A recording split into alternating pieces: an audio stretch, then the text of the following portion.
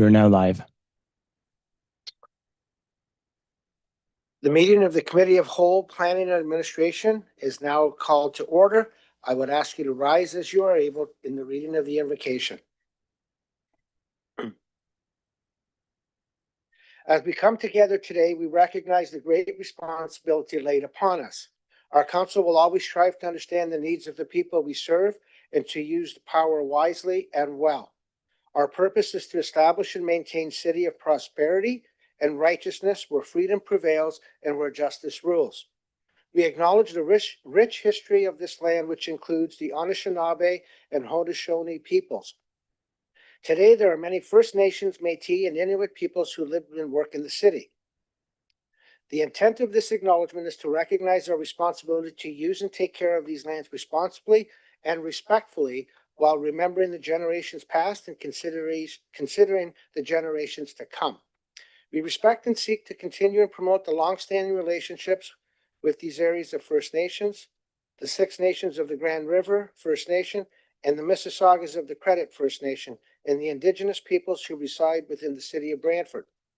Let us not also forget those who served our community and who are no longer with us, so that we can continue to do the work we must in their memory. Please be seated. Clerk, has the roll been taken? Through the chair, roll call has been taken. On November 25th, 2025, in an effort to be more transparent, the City Council approved closed meeting protocol policy 005, which requires council to report out of closed session at an open session meeting. Please be advised that the Council of the City of Brantford met in closed session at 4 p.m. today to consider matters it is permitted to do so under the Municipal Act and as listed on the agenda. In the continuing interest of transparency and open government, I am reporting in public session any outcomes from today's closed session meeting that I am permitted to do so. 3.1, tentative settlement with the Association of Professional Administrative Employees for renewal agreement from January 1, 2025 to December 31st, 2027. Council was provided a settlement agreement for the Association of Professional Administrative Employees from January 1, 2025 to December 31st, 2027. This resolution and bylaw to approve the agreement will be on the December 16th council meeting. 3.2, property tax extension agreement, 2025-610. Council received the property tax extension agreement and directed staff to place the agreement on the signing bylaw for December 16th. 3.3, transactions for boundary adjustment and site servicing on Power Line Road. Council received an agreement for a property line adjustment and site servicing on Power Line Road. Council approved direction to bring forward the appropriate bylaws at the December 16th council meeting.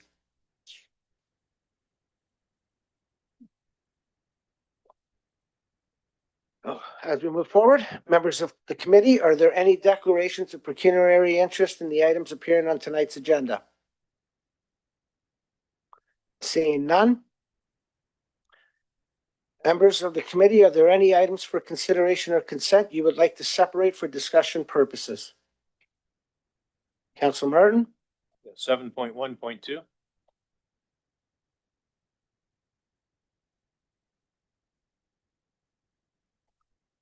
Not seeing any other. Councilor Sullivan, can you please move the notice of to approve all items for consideration consent 7172, not separated for discussion purposes, and state your seconder.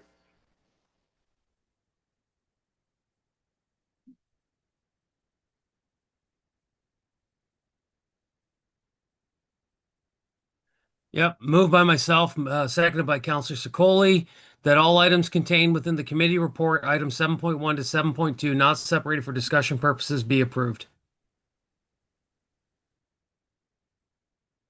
Clerk, can you please read the titles of all items that are subject to the vote and then proceed with the vote, please? Through the chair, the following items are subject to the votes. Items 711, annual update on street naming, 2025. 713, revisions to chapter 507 of the municipal code. 714, town and gown advisory committee report. 715, year-end summary report of the working group on trade and procurement. And 721, minutes.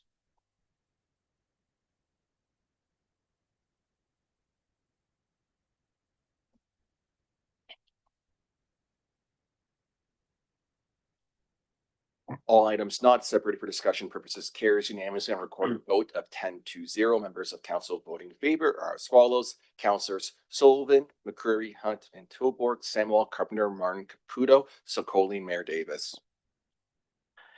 There are no statutory public hearings or public meetings. There is one presentation on tonight's agenda. Before hearing the presentations or delegations, I would like to remind those in the meeting today that the following rules of decorum as set forth in the city's procedure bylaw apply. No person shall display any sign, banner, or place card in the meeting room other than the materials that, in the opinion of the chair, are legitimate audio-visual aids necessary in connection with any presentation to be made to council. All persons present shall use polite and respectful language and shall refrain from the use of any language or the making of any gesture that is disrespectful or offensive. All persons addressing council shall speak only on the subject in debate and shall not speak on any other subject. No person shall applaud participants in debate or engage in conversation or behavior that may disrupt the proceedings of tonight's meeting. I would now ask Brenda to come forward to speak to item 8.2. Please state your name for the record. You have 10 minutes inclusive of all questions.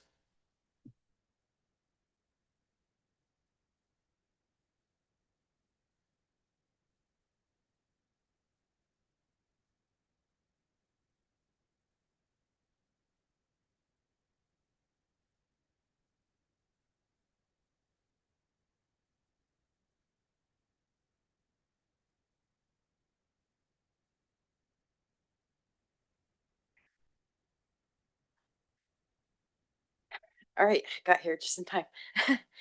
All right, good evening, Mr. Mayor, elected officials of Brantford, and guests of council.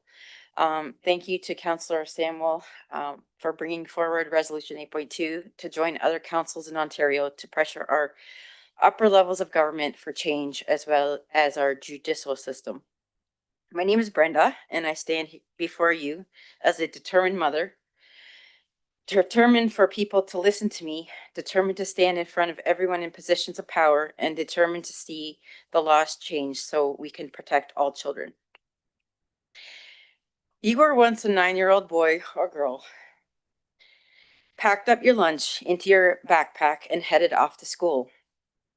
You either walked or rode your bike, and maybe you went with friends, but most of us went off to school by ourselves, as did my son. On November 17th, 2008, my son left the house like he did every other day, but missed the crossing guard to the school across the street, and he was met by another man, walking a dog and wielding a large, butcher knife, taken to a house across the street and repeatedly sexually assaulted for over 7.5 hours. I didn't know this predator lived across the street. He was visiting his mother for the weekend, and instead of going back to his dad's house the night before, like he was supposed to, he stayed up all night drinking, doing drugs, and acted on an impulse he had, and my son was the target. Because of the severity of this crime, the pedophile was sentenced to 12 years, for which he only served 8, and he has been deemed a long-term offender, which means he has followed for 10 years from the date of his release. However, that has not deterred him from breaching his conditions twice and serving 2 additional sentences. I have lived in fear every day for 17 years, calculating every decision of every day when it comes to the safety of my children, whether it's playing in the neighborhood, going to or from school, going to birthday parties, and not allowing sleepovers. I'm triggered by Amber Alerts, and I feel guilty that my child survived when most others don't. I'm triggered when the phone rings and it's no caller ID because it's always victim services and bad news. Always worried that some other child would endure what my child did, or some other mother would have to live the nightmare I have. As a victim, I'm allowed to put geographical restrictions on our convicted pedophile, and Christmas Eve, I was called by Victim Services asking me to remove the Toronto restriction. I thought over the pros and cons and decided that my family would be, for the most part, remain safe. with this decision, so I did it. Toronto is a huge metropolis, and I knew he would get lost in it, but the chances of me running into him again should have been slim to none. However, I wasn't allowed to know where he lives due to his privacy. But on March 2nd, 2025, this year, I received that dreaded no caller ID phone call, and instead of hearing he's been remanded for breach, I was met with, I wanted to reach out before the press release was released. The man who kidnapped my child tried to kidnap 5 more children on 3 separate attempts with other possible victims. What kind of monster tries to kidnap children while living in a halfway house? How does that even happen? Immediately, I searched the area, and had I been privy to his location upon transfer, I would have seen he was housed within 900 meters of 4 separate schools, as well as multiple daycares. I would have communicated with Toronto Police, as I was told they weren't even aware, and there was also no public notification. Why is the chain broken when it comes to protecting society? Christopher's Law was implemented in 2000 after 12 years of advocacy by Jim and Anna Stevenson, Christopher's parents. You see, their story is almost the same as ours. Their 11-year-old son was kidnapped from Shoppers World Mall in Brampton, as well as my child in Brampton, by a man who had previously attacked and sexually assaulted 7 other children, short of murdering them, before taking young Christopher's life. Kidnapped by a convicted child sex offender living in their neighborhood. Christopher's parents shouldn't have had to advocate for 12 years, and here I stand now, 17 years later, after my child was kidnapped, begging politicians to do the right thing. The right thing for my children, your grandchildren, your nieces and nephews, and the children all stuck in the CAS system. Christopher's Law, for those that don't know, was an amendment to Bill 74 for the disclosure of information obtained from the Sex Offender Registry. However, this is only open and privy to the police departments.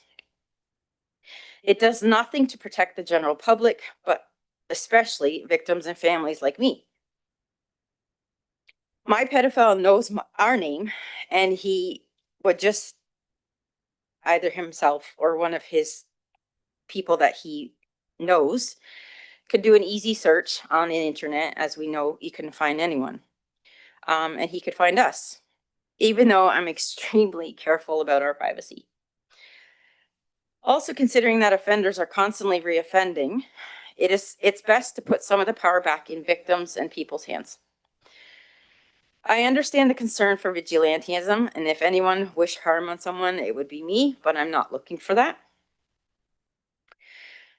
I'm looking for transparency and communication between organizations at the top and the victims at the bottom. I also believe that there should be different levels of severity. At present, all sex offenders and child sex offenders are roped into the same group and database. That would mean if an 18-year-old boy in high school had a 17-year-old girlfriend and things went sideways, he could be a registered sex offender for his lifetime. So if some parent got upset and found pictures. Also, if someone was angry with an ex and accused them of touching a child, even though they can be found guilty, that charge is still there forever. So many thoughts. So my thoughts as someone who has lived through this and been fighting this for 17 years, if you hurt a child or you make child sexual exploitation material, then your name, address, and picture and your charges should be made public to everyone.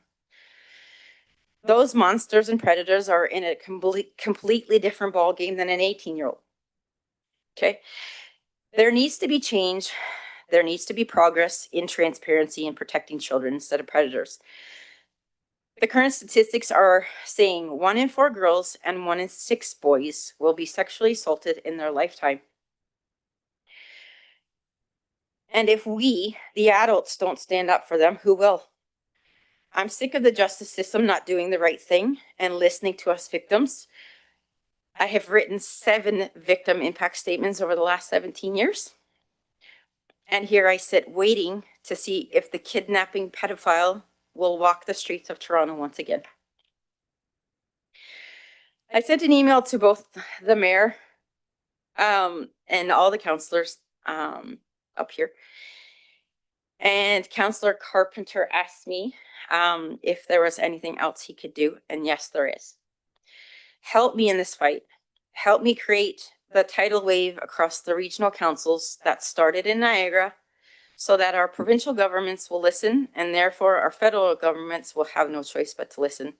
I will not stop until change is made. And I want to thank you for your time. If you have any questions, comments, I'm free.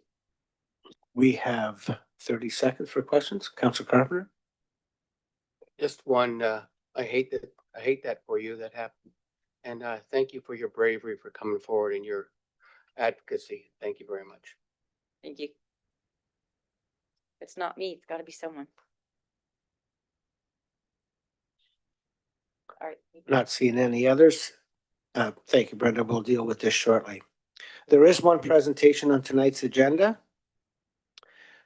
We will start with 8.2. As there's the delegation, there's one presentation, Tara Tran, for 7.1.2.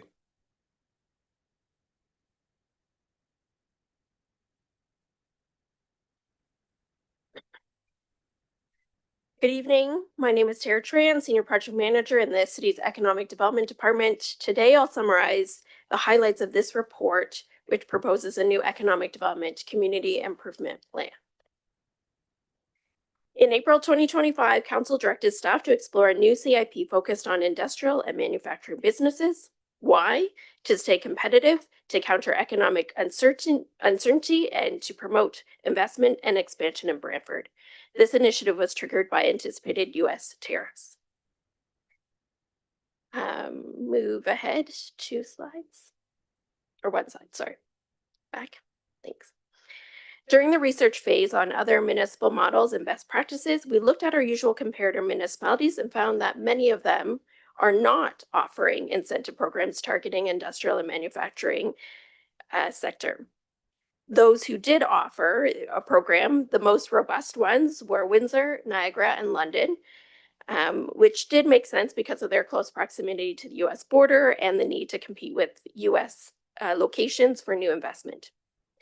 London, Windsor, and Niagara all offered the tax increment grant models as well as DC exemptions, and Appendix A in the report gives you more details.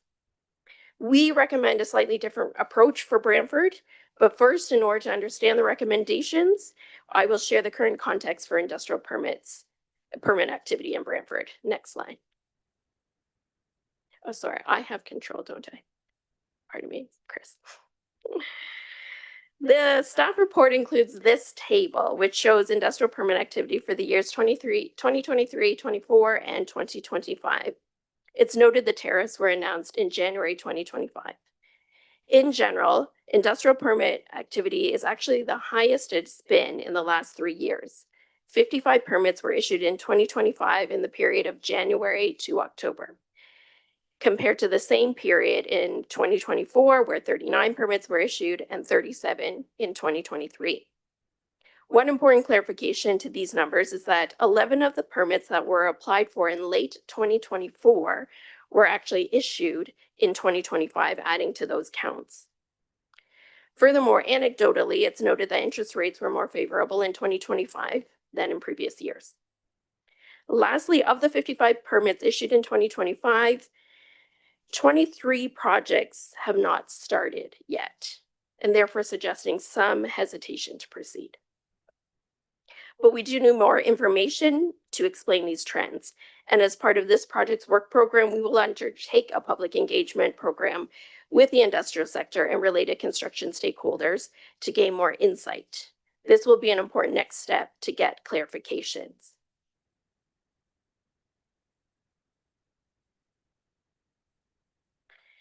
Pending further refinement of the program based on public engagement, it is still concluded that generally incentive programs can accelerate development and keep investment in Brantford. A new economic development CIP also aligns with the recent foreign direct investment initiatives and marketing Brantford as open and supportive of business growth. With that, here are the two recommended grant programs to be created and administered under a new CIP.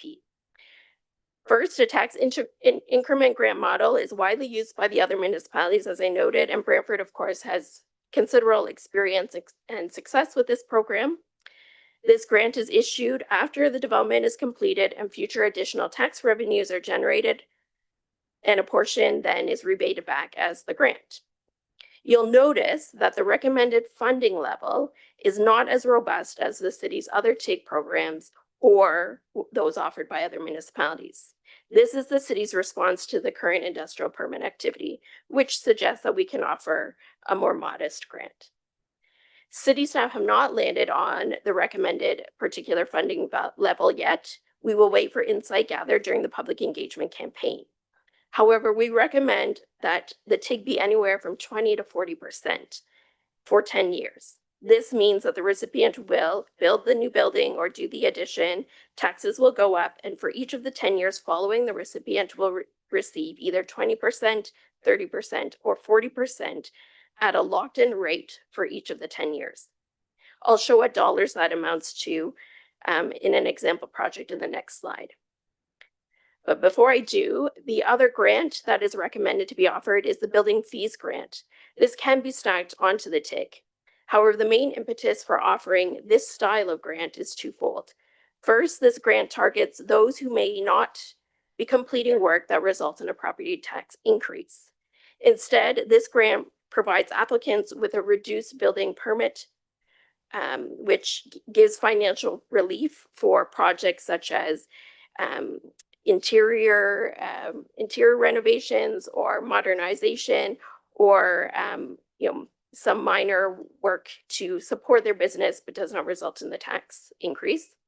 Secondly, this grant is applicable then by nature to a wider range of industrial properties, and these are particularly the ones that are already existing in our community. And by doing these upgrades and supporting them in doing so, it confirms that they are choosing to stay in Brantford and keep their jobs and facilities here. So this next slide shows what grant level industrial properties of different sizes would be eligible for under a building permit grant at the recommended 50% level. For this grant, the building permit is generally calculated on a per square foot basis. So what this means is generally, the higher the project value, the bigger the size, it equates to a higher potential building permit and subsequent grant value. And I've just divided it up so that you can see a large, medium, and small construction. Large is anywhere larger than 200 square foot. And in this example, that example is 275,000 square foot. Small is anywhere below 40,000 square foot. And the medium is the in-between. This slide shows the possible funding provided for a large construction project under the tax increment grant. This is, again, anywhere above 200,000 square foot. I've chosen an example that's 275,000 square foot, which is something in the size of the Brimage facility that already exists here on Kramer's Way and Hardy Road. At 20%, the TIG, the applicant will receive approximately 178,000 per year, and that would equate to 7.6 million over the 10-year term. The grant values could be higher. Sorry, I read that wrong. It's the applicant would receive 178,000 per year, equating to 1.7 million to the applicant over the 10-year term. During this time, the city would continue to collect 766,000 per year and ultimately 7.6 million to the city over the 10-year term. Now, the grant values could be higher if 30% or 40% was chosen as the funding level. Once again, we'll wait to gain further insight on the current economic and building permit context to determine what level of funding to offer, and and ultimately bring that recommendation back to council. This is another example for a small project. Those projects anywhere less than 40,000. This in particular case is 20,000 square foot. So a common size building that you would see in our current business park, such as Bernida. These numbers are provided also in Appendix C of the report. For next steps, once again, we will include a focused public engagement campaign through Let's Talk and other in-person and virtual networking with the industrial and construction sector, including the Brantford Brand Chamber of Commerce.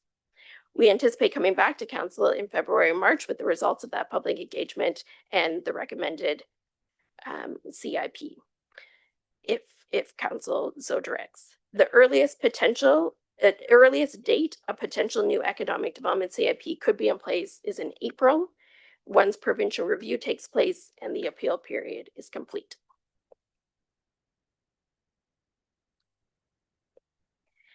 Lastly, it's noted that this new community improvement plan will be called the Economic Development CIP, easily referred to as the ECDEV CIP, and that the CIP objectives are expanded beyond the city's industrial lands to address general economic development, assessment growth, and job growth beyond the city's industrial sector. While at this time it's recommended that only the industrial sector programs be implemented, the creation of a broader ECDEV CIP will be built for future flexibility and modification to address other sectors that contribute to our economic development. In conclusion, the proposed ECDEV CIP as recommended is designed to achieve these key points: a balanced approach to grant funding, uses programs that are self-funded, designed to address a wide range of project types and scales, and ultimately the program uses resources efficiently to achieve the objectives of encouraging businesses to invest in Brantford or stay in Brantford and keep growing. I'm happy to answer your questions. Thanks, Tara, but we've exceeded the 10 minutes allotted. I'm sure there'll be questions when this comes up. We will start with item 8.2 as there was a delegation. Councillor Slamwell, can you please move your resolution and state your seconder? Thank you. Moved by myself and seconded by Councillor Van Tilburg. Whereas the community of Welland and surrounding communities were deeply impacted by recent heinous crime that highlighted critical gaps in Canada's criminal justice and offender management systems. And whereas on September 4th, 2025, Mayor Frank Campen of the City of Welland wrote to the Premier of Ontario urging comprehensive reform to strengthen sentencing, parole, and bail provisions for violent sexual offenders and to enhance public safety protections. And whereas on September 12th, 2025, Mayor Matt Cisco of the City of St. Catharines wrote to the Prime Minister of Canada expressing strong support for these reforms and calling for immediate federal action to strengthen sentencing, parole, and accountability measures for violent sexual offenders. And whereas the City of Thorold at its meeting on September 9th adopted Resolution 14.2 requesting the province of Ontario amend Christopher's Law Sexual Offenders Registry 2000 to make Ontario Sex Offenders Registry publicly accessible. And whereas several Niagara municipalities, including Grimsby, Fort Erie, Port Colborne, and St. Catharines have subsequently endorsed this call for greater transparency and reform. And whereas the municipal councils, though not responsible for criminal law or parole, play a vital role in advocating for the safety and well-being of their residents, now therefore it be resolved that the Council of the City of Brantford hereby supports the City of Thorold's resolution calling for the publication of the Sexual Offender Registry and the City of Welland's correspondence dated September 4th calling to reform sentencing, parole, and registry provisions concerning violent sexual offenders, and that the province of Ontario be urged to amend Christopher's Law Sexual Offender Registry 2000 to make Ontario Sex Offender Registry publicly accessible, subject to the appropriate privacy and safety safeguards, and that a copy of the resolution be forwarded to the Honorable Mark Carney, Prime Minister of Canada, the Honorable Sean Fraser, Minister of Justice and Attorney General of Canada, the Honorable Gary Ondusky, Ministry of Safety, the Honorable Doug Ford, Premier of Ontario, the Honorable Doug Downey, Ontario Attorney General of Ontario, the Honorable Michael S. Kurtzner, Solicitor General of Ontario, and Member of Parliament Brantford Brant, Larry Brock, Member of Provincial Parliament Brantford Brant, Will Buma, and the Association of the Municipalities of Ontario and the Federation of Canadian Municipalities, and all of the Ontario municipalities for their information and support. And just to speak to that, well, before I get started speaking to that, I wanted to thank Brenda for sharing your story with us tonight, for being here, and for your advocacy to protect others.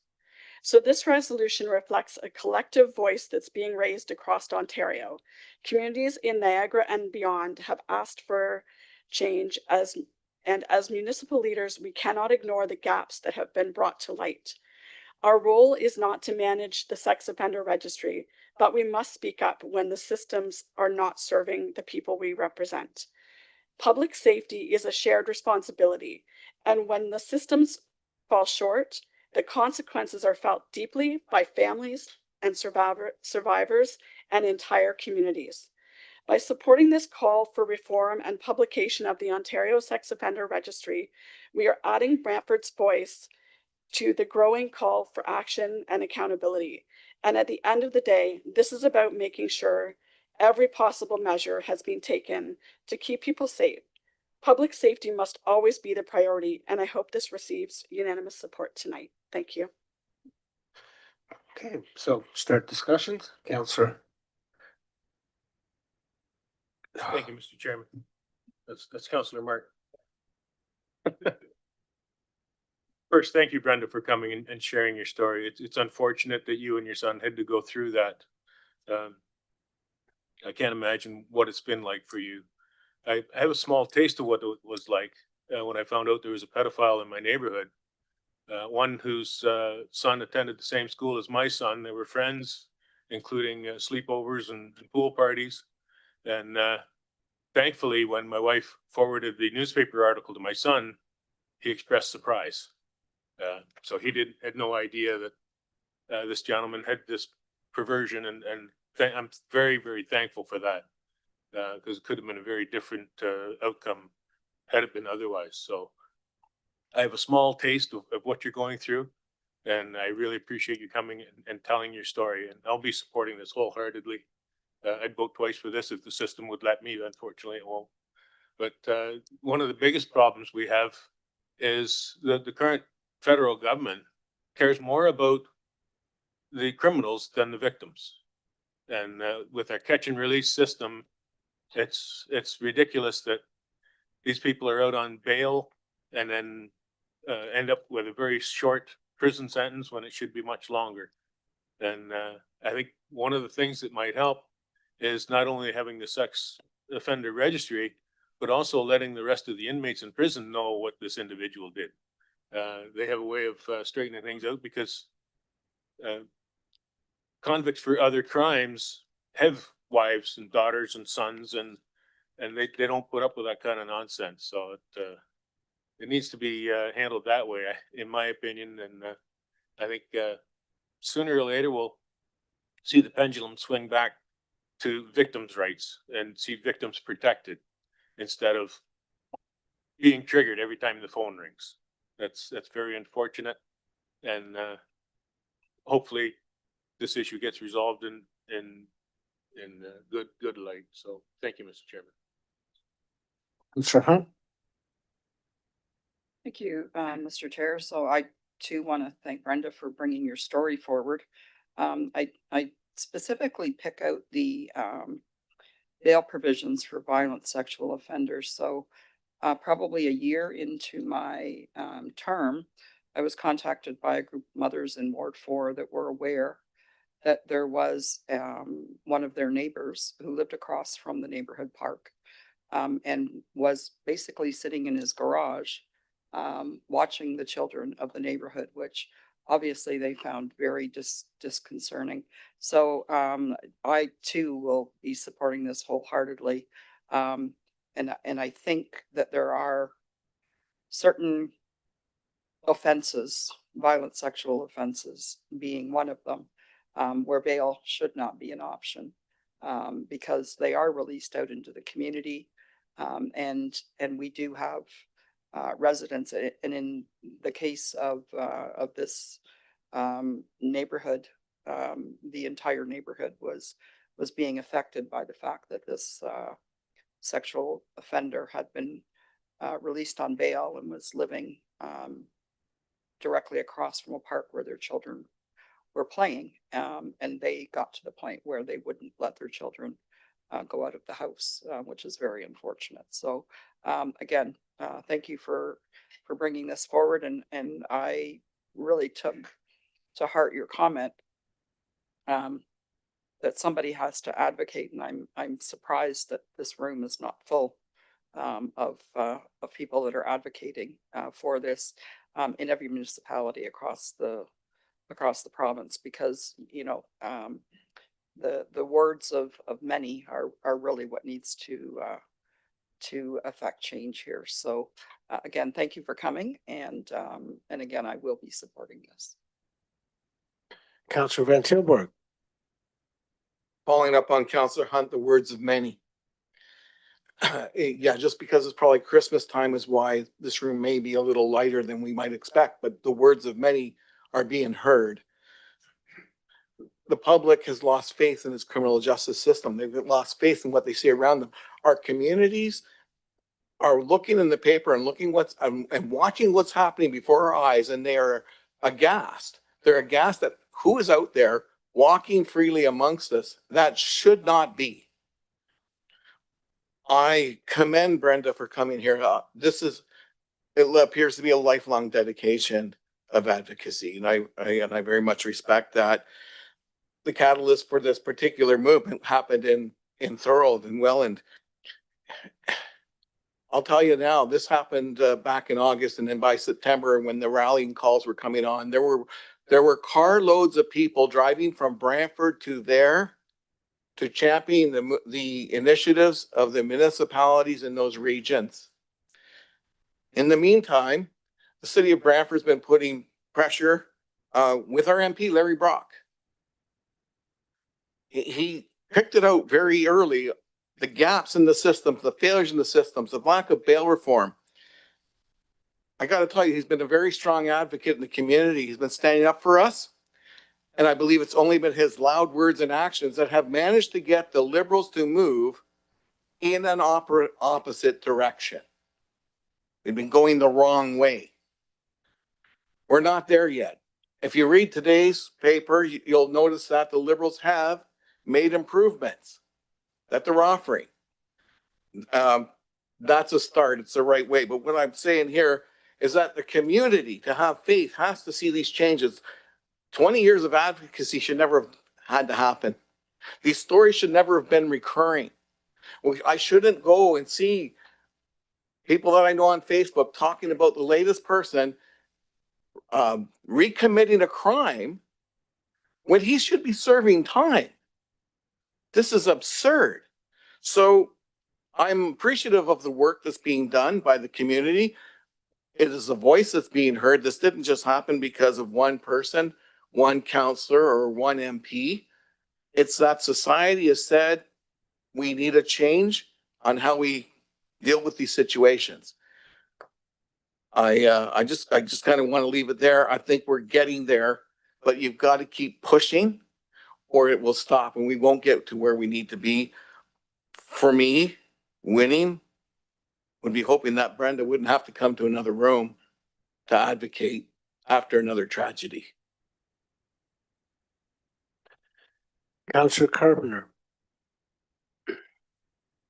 Brenda, thank you. My heart aches for you and your son, and I know that the pain never goes away, and you have to endure it all the time. So thank you for your bravery. I worry about my grandchildren going to school. I'm a nosy neighbor. If I see a car in the neighborhood that I don't recognize, I take a picture of the license plate. I just a nosy neighbor that way, and I hope more of us would be that way. I had an older brother who thought he'd run away with his friend, and he was kidnapped, gone for 4 years. And the only reason he was saved was because the detective, after he retired, stayed on the case and actually found them. So, and back in those days, they were punished for being kidnapped. You know, we're ahead of that now, but we need to. And there've been cases in Ward 4 where we were looking for children, and right away the police went to the houses where they knew pedophiles lived. That's how I found out where most of them lived, in Ward 4, because I was searching for that child too. So, I'll wholeheartedly support this, and we need to make change, and we make sure that pedophiles should never be released. Thank you. Councillor McCreary. Sure, thank you. I can't imagine the courage it takes to come in and tell that story here, and I guess for the rest of us, but for the grace of God, there go I. Now, I think about the prevalence of criminals in our society, not specifically those who victimize kids, but also those who victimize their wives, husbands, live-in mates. And I just wonder when enough is enough. You know, seems like we don't have enough homegrown creeps and bumps and degenerates in this country. We just continue to import them by the boatload. And when convicted here, they receive lenient sentences so they can stay. And there's something inherently wrong with that. And I guess the reason we don't see action on things like sentencing and parole and victim impact and pedophile registry is because the victims of crime don't have the types of associations and funds that unions have, and professional associations and business associations who can lobby governments for change effectively. Victims are generally alone, and they don't have the ear of government the way some other organizations do, and that's a damn shame. And I guess, you know, for Canadians, if you like things the way they are, well, just keep voting the way you do. If you don't like things the way they are, maybe give your head a shake in election time. Not seeing any other hands. We'll call the question.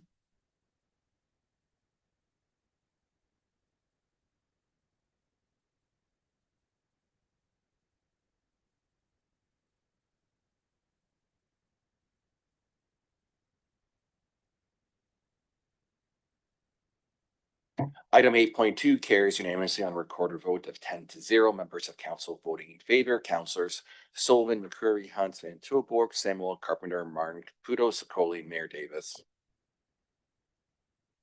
Councillor Van Tilburg, can you please read the motion to place all separated items for consideration and consent not previously voted on the floor, and state your seconder?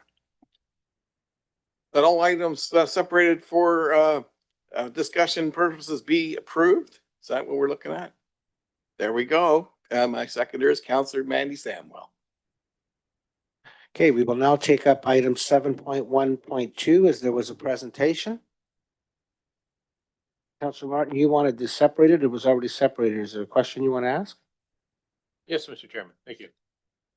Through you to staff, for the tax incentive program, did you consider a declining percentage like we've done with a lot of the other programs where it'd be 40% for 3 years, 30% for 3 years, and then 20% for the last 4?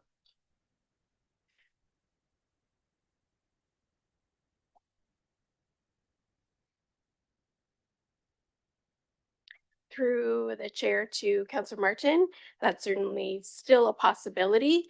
It wasn't what we saw being modeled in the other CIP programs, but it could still be a possibility, yes. No, but it's been modeled in some of the other ones that we have for other things in the city of Brantford. That's correct. Yeah. Okay. And have you looked at saving developers money in other ways, such as reducing the number of needless studies that they have to do. Like in the Northwest Industrial area, it was gravel pits. There's not much point doing an archaeological study there.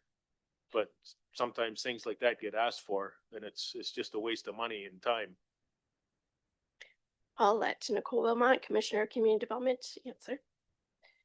So through the chair, to the counselor, yes, that is part of the program. So right now, staff are seeking direction to undertake sort of a next step. Do you like what you see today and direct us to go out and have some conversations with business owners and developers about whether or not this program makes sense and whether it makes sense in Brantford right now?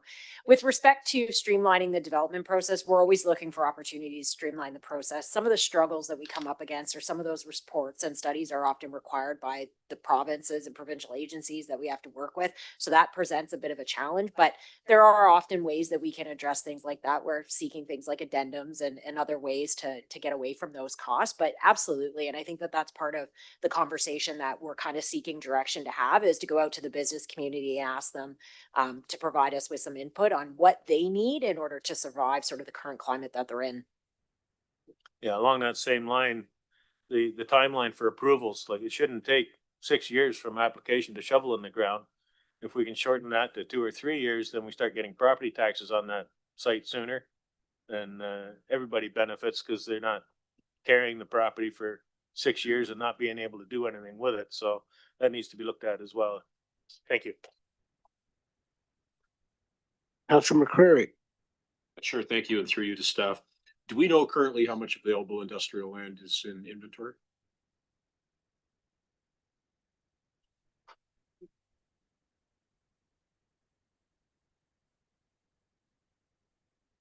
One of our economic development staff will come up to answer that question. Yes, approximately 1,500 acres is our estimate. We can get an exact number if we need it. Yeah. That's service land?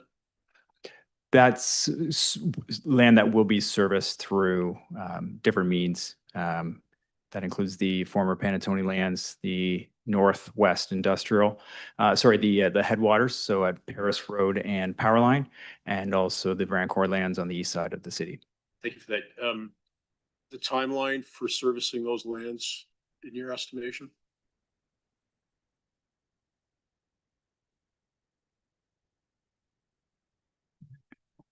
Good evening, committee. Joe Muto, Director of Economic Development. With respect to the, I guess, more lower lying fruit like the Capon or the Panattoni lands at Oak Park and the 403, as well as the Vancouver lands that are a little closer to shovel ready at Garden and the 403, are anticipated to be around that 3 to 4 year mark. The larger lands that were brought in through the annexation and the settlement area boundary expansion is probably closer beyond that 5 year mark, Councillor. And do we know if we have anything that's for sale today, that's service? Through the chair to the councillor, they're all available for development, and it's all dependent on the ownership and are they willing to either lease those lands or sell those lands to other industrial development. The ones that would be most shovel ready and already in the queue and have gone through the planning approval process would be the lands south of Hardy, the Granite Reed lands, and where the Newberry Calibo development is. Right, so we're ready to go. Once we have this program in place, there are lands that can be developed that don't belong to us or on service corridors. Through the chair to the councillor, that's part of what the working group on tariff and what we've been trying to do with my staff, as well as Mayor Davis, is starting to build on those relationships with the current landowners. You've approved in part the report that was provided, year-end report. And we've embarked on this FDI mission. I guess the main thing is that if we get a fish, we need to bring it somewhere to cook it. So that's the kind of work that we're doing in the background to ensure that if we do get a new investment or help our existing customers and clients and businesses in the community that want to expand their current businesses, that we are going to be working with those other landowners to develop those lands. Yeah, Very nicely done, thank you. And with respect to the building permit grants, when we charge a building permit fee, that more or less offsets our labor cost involved, does it? Or do we turn a handy profit on that work? I'll take that question through the chair to Councillor McCreary. Our building permits, it is intended to fund the work of that department, that building department, whether it's the processing of permits, inspections, compliance and enforcement. But it also, the requirement is to also have a 2-year reserve. So at this time, there is room to offer this building, a reduction in the building permit fee without impacting services of the department itself. Or impacting the pocketbooks of local folks? That's correct. Great, thank you. Coun- Good work. Councilor McCreary, your time's up. You want to go back into speaking? Second speaking? You really shouldn't offer people the opportunity until they put their hands up, Mr. Chair. I'll take that as a no. Councilor Carpenter. Thank you, Mr. Chair. Tara, thanks for an excellent report. To the 1,500 acres that we talked about, we don't develop industrial land anymore, do we? It's private sector that develops the industrial land. Through you to the Council Carpenter. It looks like Joe wants to Okay. take this one. I'm going to ask him some further questions anyways. Through the chair to Councillor Carpenter, that is correct. The municipality does not currently own or develop any industrial land. We've kind of exhausted all the lands that we had previously at the time when, for the most part, Ferrero came to There town. was a time when we would buy those farmlands in industrial areas and develop industrial land, then sell off the lots and promote industry. Do you know if the industrial land along Rest Acres Road in the county, is that being developed independently, or is the county involved in that? Through the chair to the councillor, I'm not aware if the county is developing those lands, but from driving by there, it looks as though they're privately developed, either by Cano or Broccolini and some other developers. Maybe you could look into that. And the other, because we know we're getting Ford's got a big expansion with their Amazon's got a big expansion, so there is industrial expansion happening. But this land that is owned by the private sector, do we know if this is going to spur on that development of Vancor lands, for example, 250 acres on the northeast side of the city, right on the highway? Do we know what's holding that up? We've had some discussion with them as why we can't get that land moving for development. Through the chair to Councillor Carpenter, we've, as I said previously when I last stood up here, we are working with all those landowners. We had a meeting with the Vranic group a couple of weeks ago, and they're looking at resubmitting and reevaluating how they'll develop those lands. So progressively working through it. Not sure what really the holdup was. Could have been studies or other development implications. I think the holdup there was an interchange access off of Garden Ave. We wanted to push them around the corner, have an access on the far side of the Garden Ave as it goes towards the county, and they needed to have access close to the 403. Hopefully we're revisiting that, providing an access point so we can move forward with those industrial lands. And one more question to you, Tara. Have we done a review of the number of the job losses or the companies that have closed as a result of tariffs?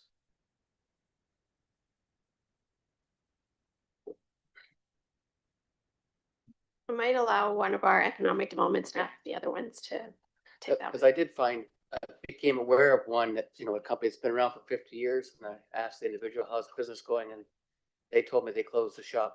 And I thought they slowed it down. I said, well, did you lay off? And she said, no, it's closed permanently. So we are having some permanent losses, permanent closures. But I don't know how many. Through the chair to the councillor, at this point, we don't have exact counts. We are doing an outreach to all industrial businesses. We're trying to expand the industrial directory's accuracy. So we've retained a outreach professional who will be knocking on doors. There's about 330 businesses. As that comes in, that we'll be able to take that information and compare it to what we had in previous years. So we've heard of some, we have talked to some, but we don't have an exact count because not everything is revealed to us directly. So would it be fair to say we haven't really felt the full brunt of the tariffs as of yet? It's difficult to say that with any certainty. Certainly businesses have reported to us that there are some challenges they face. There have been a few that have relocated or reconsolidated, but yeah. Thank you, Mr. Chair. Thank you, Sarah, for an excellent report, your hard work here.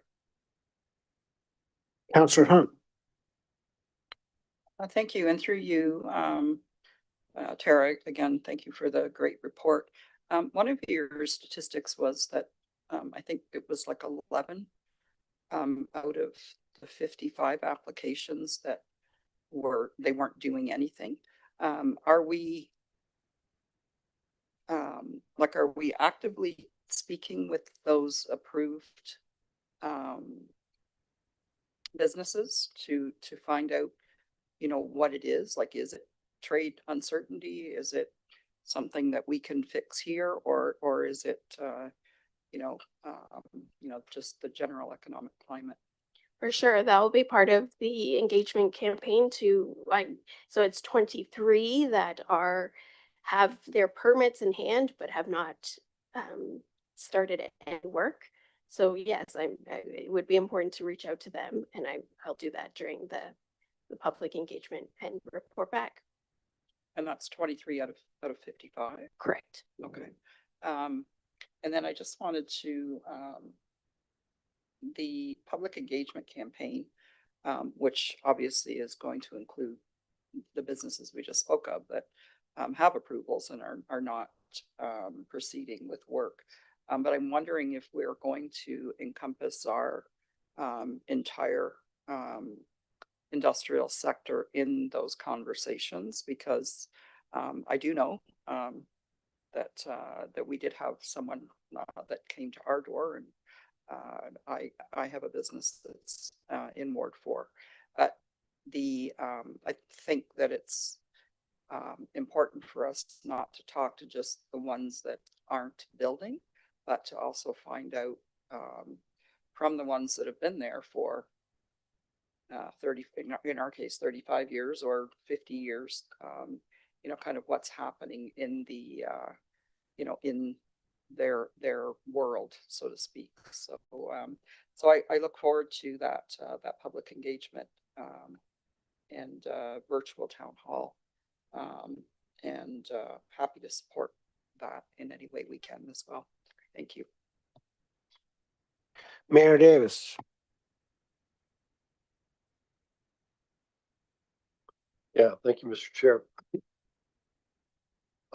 Pleased to note that it was the leadership of this council earlier this year, very earlier than most communities, when we struck the municipal working group on trade and procurement. And this initiative, as many others, has come out of that group. And I can also tell you that I've been working closely with this group since it was struck. And we have met with a number of businesses in town to better understand their situation. Also, the owners of lands that are available for industrial development or could be available for industrial development fairly shortly. And also those such as CAP properties that would have property available in the short to medium term. And what we're hearing is a lot of uncertainty, which means that plans are being put on hold. A possible plant expansion, possible addition of another production line, are being held back because businesses aren't certain what's going to happen 6 months from now or 12 months from now. I was pleased to hear generally businesses are doing okay. There are some that, especially those entirely dependent on the auto industry or trade to the US, some have felt an impact, and there have been one or two that have not been able to survive the impact of this on the auto industry. Fortunately, we don't have many of those. But what I heard time and time again was, please, if you can, make Brantford more business friendly or business receptive, or understanding the challenges that we have if we want to add to our plan or consider another location for our plan. And this, what you have in front of you, is an outgrowth of that information and that sentiment that we're getting from local businesses, and also staff doing some really great research as to what other communities have been able to do using the SIP program. And also we have our own template for the success of the tax increment grant program. 5 years ago, the previous council decided that there was a shortage of purpose-built rental accommodation, apartment buildings in our community, and brought forward, working with staff, a tax incremental grant program for purpose-built rental. And we're now beginning to see the impact of that. That's why Brantford has been rated A and A+ recently for the number of housing starts, which primarily are in purpose-built rental. So we know from our own experience that a tax increment grant program works. We've heard from developers who are building buildings right now, and they've told us it was the tax increment grant program that made the difference. Made the difference between us investing in Brantford or in some other location. Made the difference between us deciding just to sit on our property and wait to see what might happen, or actually start building. And you're seeing that throughout the city. So I think this will have the same impact. I'm quite confident it will. We need to fine tune the program, whether it should be similar to what we have for purpose-built rental and what it is that industry and businesses in town are going to suggest to us. So I think it's a great process. Look forward to the end result. But no matter what, I think it will benefit our local economy and make it stronger.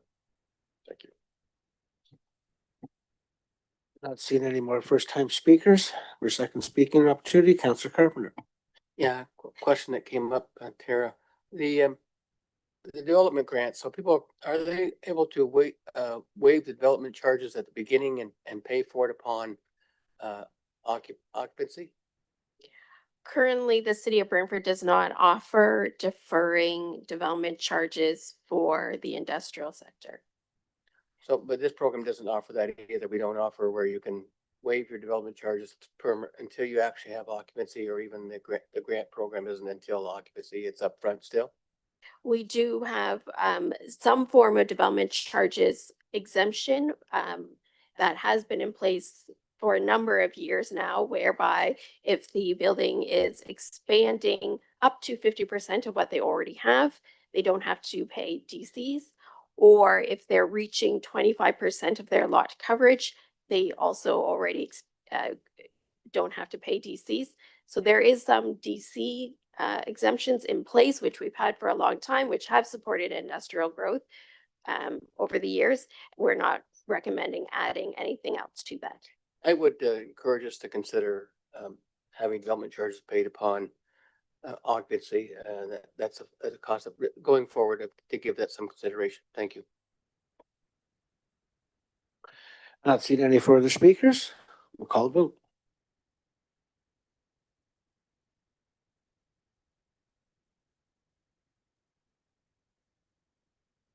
Item 7.1.2 carries unanimously on a recorded vote of 10-0. Members of committee voting in favor: Councillors Sullivan, Curry, Hunt, Van Tilburg, Samwell, Carpenter, Martin, Caputo, Sikoli, and Mayor Davis.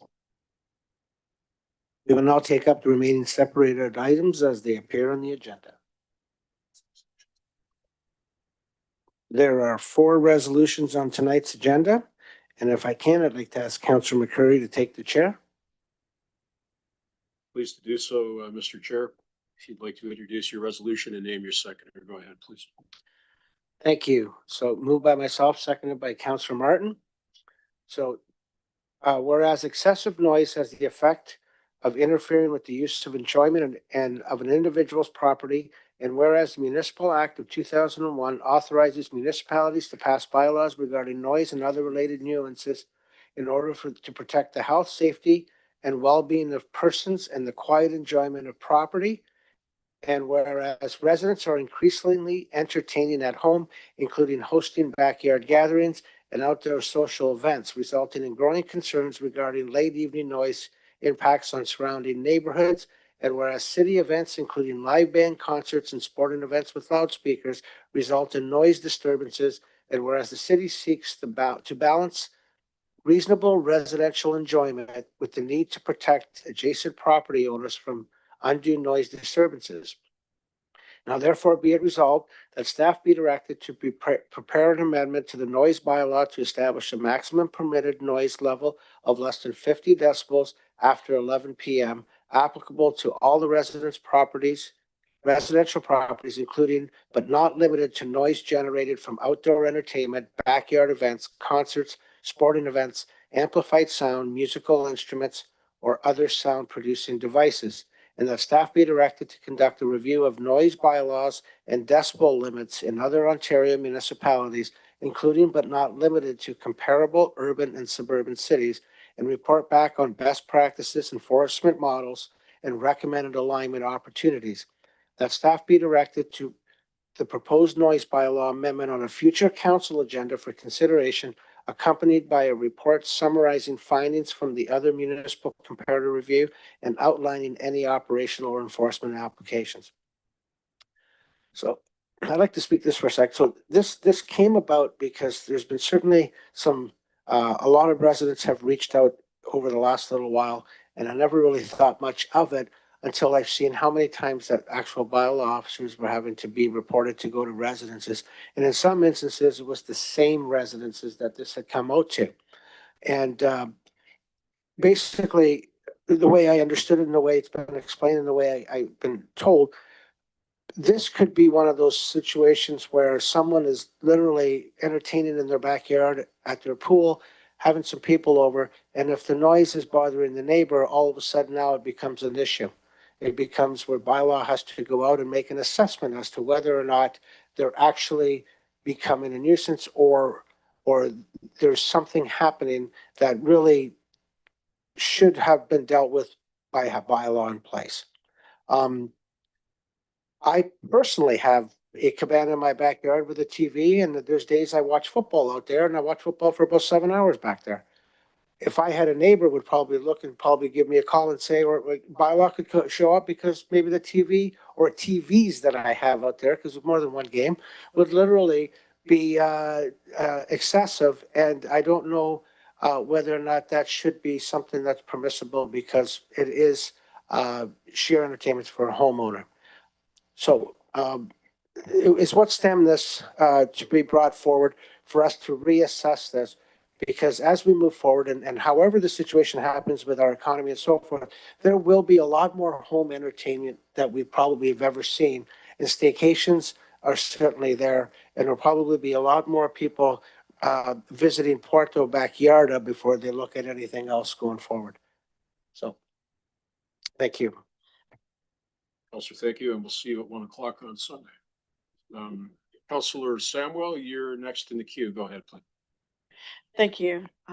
So I just have a couple of questions for staff. So one I wanted to ask, could you give me some examples of what the 50 decibels would be like? Through the chair, Dave Weidrich, Director of Bylaw and Security. My quick research I did after hearing about this, 50 is what they classify as normal conversation. 60 decibels is about restaurant conversation. So, and if we were to move ahead with something like this, would there be additional equipment or training that your staff would need to be able to assess the decibels and that? through the chair, yes, in order to present the evidence about what decibels and where the reading was taken from, officers would have to be deemed an expert witness, which means they would have to go take courses, and we would have to buy the proper equipment to do that. So there is a cost to that. The other question I had was, would this change in any way the way that your bylaw officers are allowed to have some discretion and work with people in these circumstances? Through the chair. No, I believe it wouldn't. Officers have discretion, and if the evidence is there, then charges can be laid. Okay, thank you. Thank you, Counselor. And in the queue next is Counselor Sullivan. You have the floor, sir. Thank you, Mr. Chair. Just got a concern here. Whenever we're looking at these types of noise violations, we always tend to neglect the people who work nights So most of the people, yes, granted, work during the day, so daytime noise is typical. But people who work nights or get up early mornings, the noise hours are different. And I think we should be looking at this in a broader scope and not just at a particular time frame. Just wanted to make that point. Counselor, thank you. Well said. I have next, Counselor Carpenter. Thank you. We have a similar policy bylaw for industrial areas, do we not now? Or for example, after working after 11 o'clock at night, making noise, or working before 7 in the morning? Through the chair, yes, that's correct, we do. So, and we have a noise bylaw for that. How hard of it has that been to implement or enforce? Through the chair, not many calls received. Most of the companies do start after 7 o'clock. We have some that start their machinery before 7, but not the actual construction as what the bylaw states. Or some that sort materials into steel bins after 11 o'clock at night and before 7 in the morning. Yeah, okay, so just saying it's without enforcement and without actually receiving fines, any bylaw isn't worth much. But if we can enforce, write tickets, prove our case, then we might get some compliance. I agree with the after 11 o'clock at night. There's no reason to be making loud noises after 11 o'clock at night.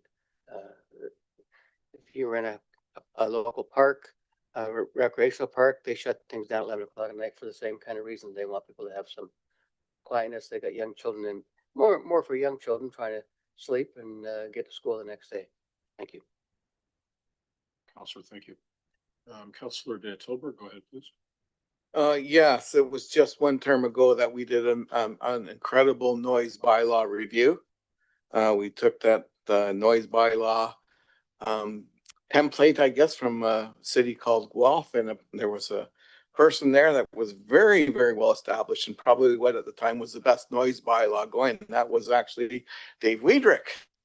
And so we brought that here. And one of the things that was a significant change from the previous bylaw that we had, and I'll tell you, I was scared when I'd heard what they had done. I was fearful, is that they took away the 9 o'clock noise limit. In other words, because what I found with noise is there's two entities going on. Often it's really not what the person's doing.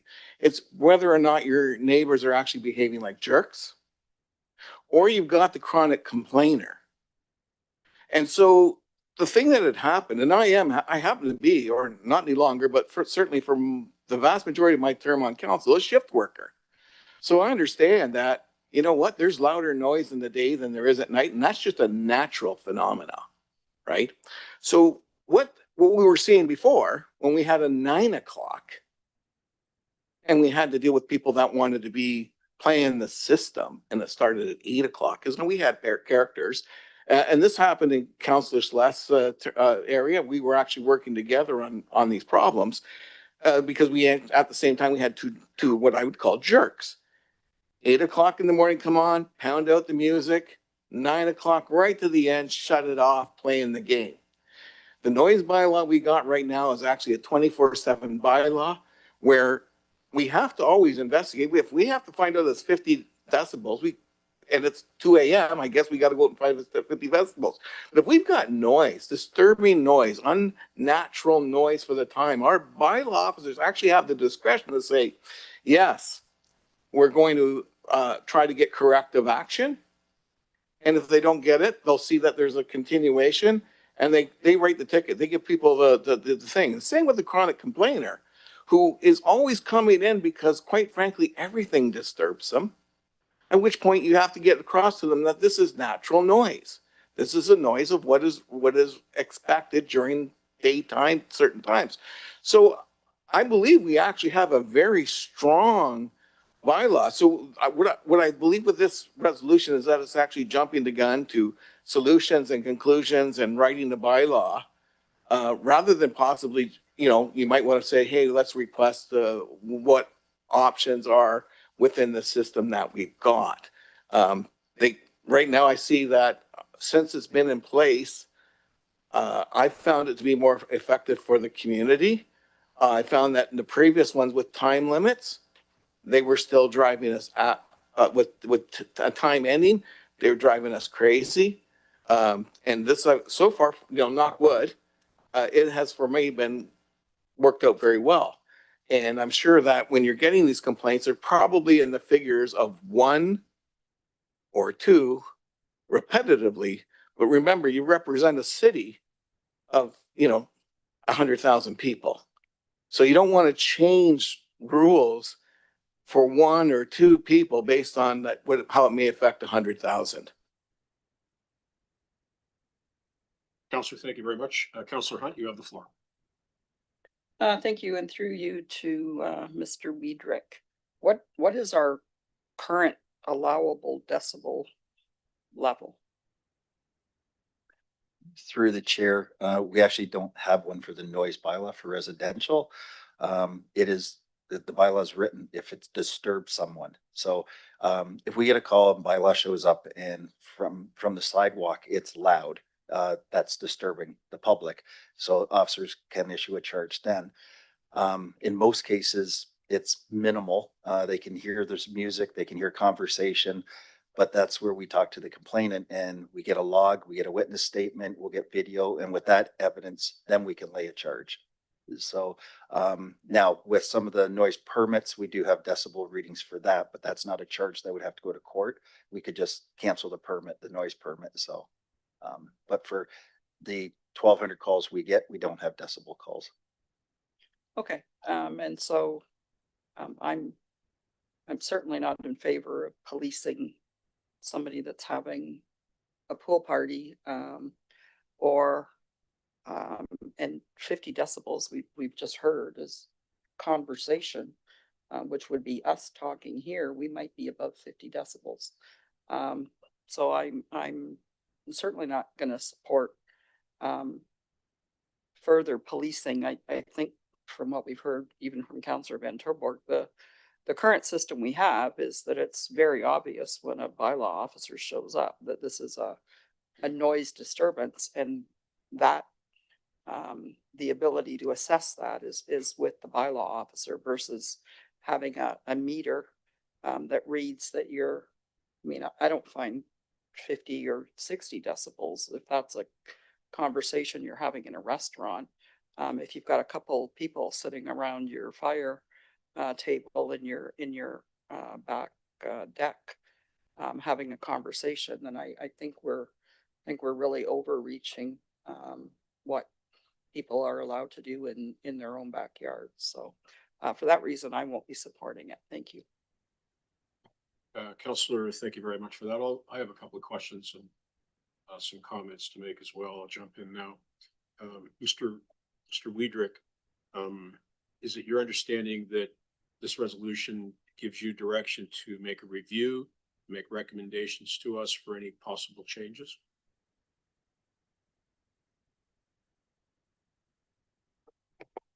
So through the chair to the counselor, some clarification to staff would be helpful, but our read of it is that we would be directed to implement the 50 decibels and bring back those bylaw changes, but then also bring back a report summarizing our findings.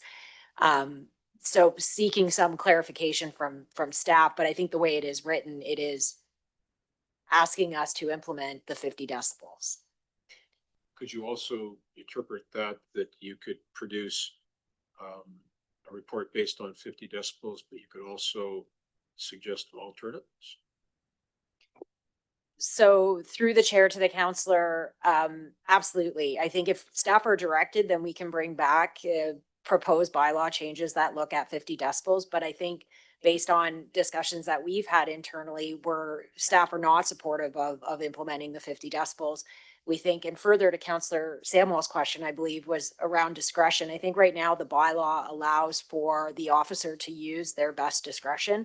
I think we get into some challenges when we set a threshold, particularly around enforcement.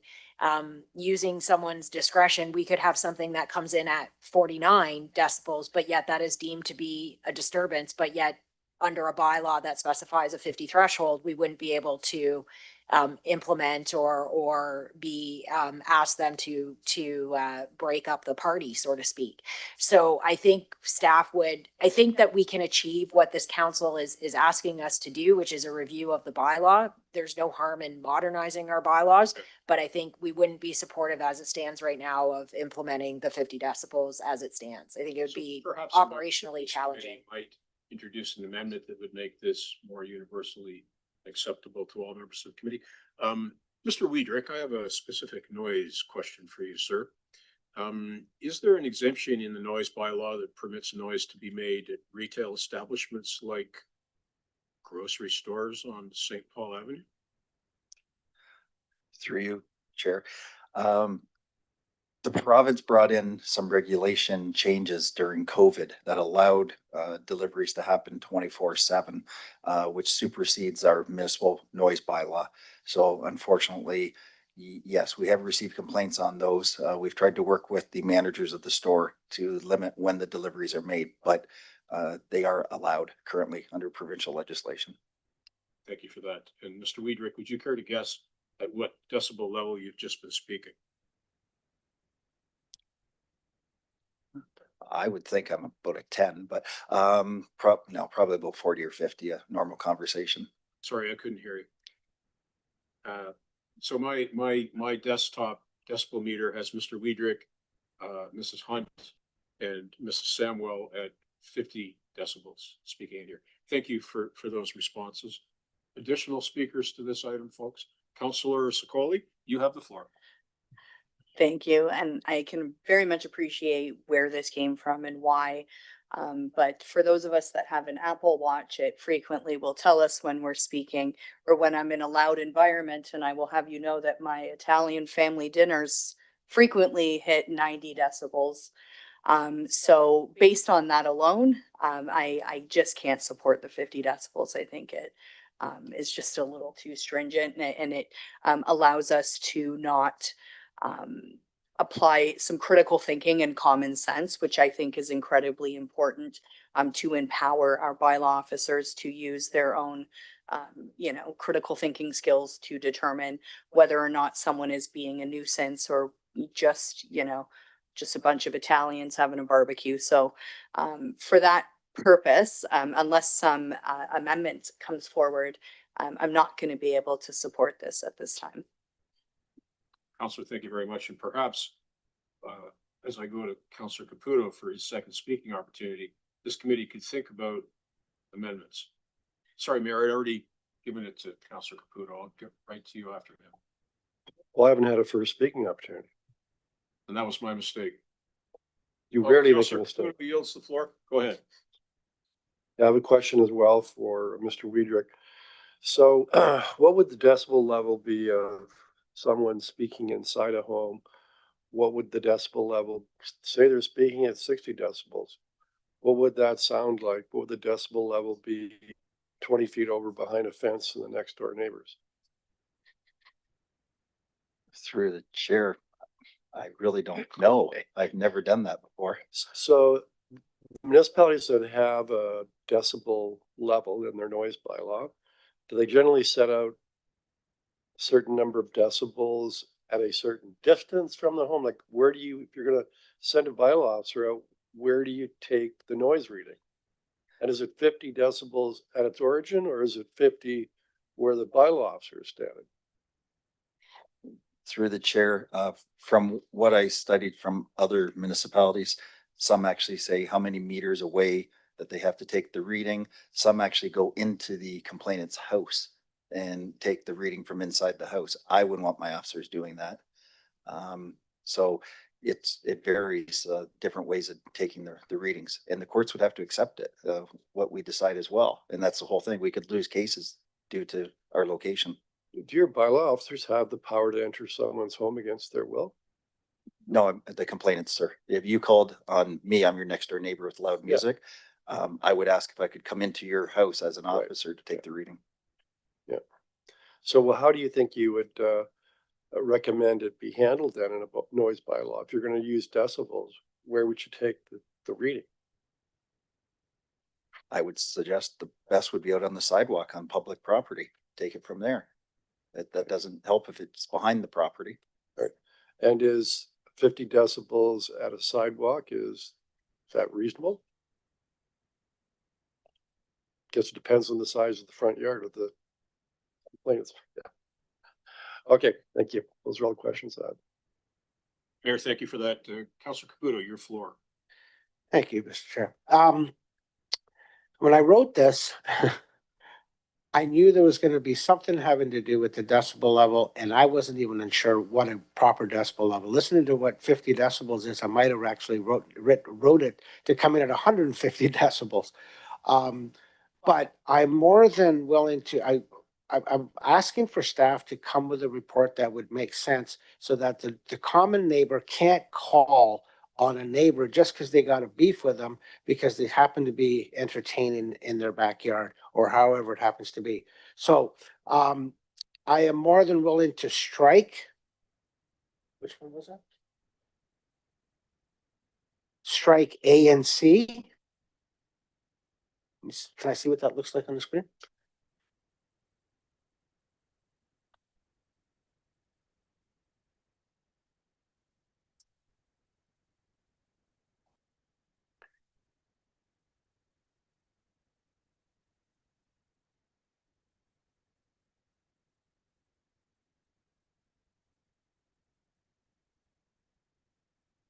So this is the amendment here?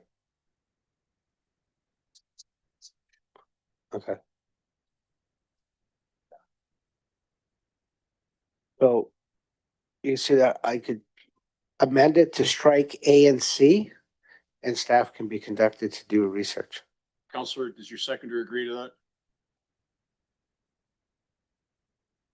Then I don't see any objection by other members, so that will stand with just the vote on B. You still have the floor, Councilor. I'm fine. You sure you've left 2 minutes on the table, Councilor? I advise you, you shouldn't tell somebody how much time they have left. Thank you. I did see another hand. We're all good? Okay. Seeing no further discussion, let us go to the vote, Mr. Clerk.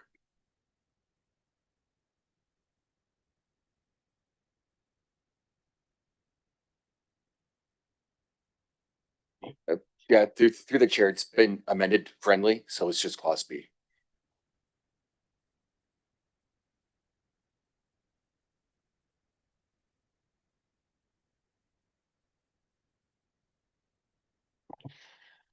Item 8.1 as friendly amended carries on a recorded vote of 7-3. Members of council vote in favor. Councilors Sullivan, McCreary, Samuel, Martin, Caputo, Sokoli, Mayor Davis. Members opposed, Councilors Hunt, Carpenter, and Vanto Borg. Good work, folks. Councilor Caputo, the chair is yours again, sir. Thank you. So moving on to 8.3, Councilor Carpenter, can you please move your resolution and state your seconder? Thank you. My seconder is my ward mate, Councilor Linda Hunt. Whereas section 217 of the Municipal Act 2001 permits municipalities to change the composition of council, including creating new offices, provided that such changes are approved through bylaw prior to January 1, and that's why it's here today, of an election year. And whereas the city of Brantford currently does not have a deputy mayor position, and the establishment of an elected deputy mayor would enhance civic leadership, support council's collective responsibilities, and strengthen the city's regional, provincial, and federal representation. And where several Ontario municipalities elect deputy mayors to provide clear continuity in representation, increased visibility at community and regional functions, and additional support to the mayor's office. Whereas implementing an elected deputy mayor position for the 2026 municipal election requires advanced preparation, including legislative compliance, public notice, budget considerations, and administrative planning. Therefore, be resolved that the necessary bylaw to establish a new deputy mayor position for the city of Brantford to be elected at large beginning in the 2026 election be presented for adoption to City Council on December 16, 2025. Duties of the deputy mayor be tailored to Brantford's governance structure and include representation of the city at community events, regional forums, and public functions when the mayor is unavailable.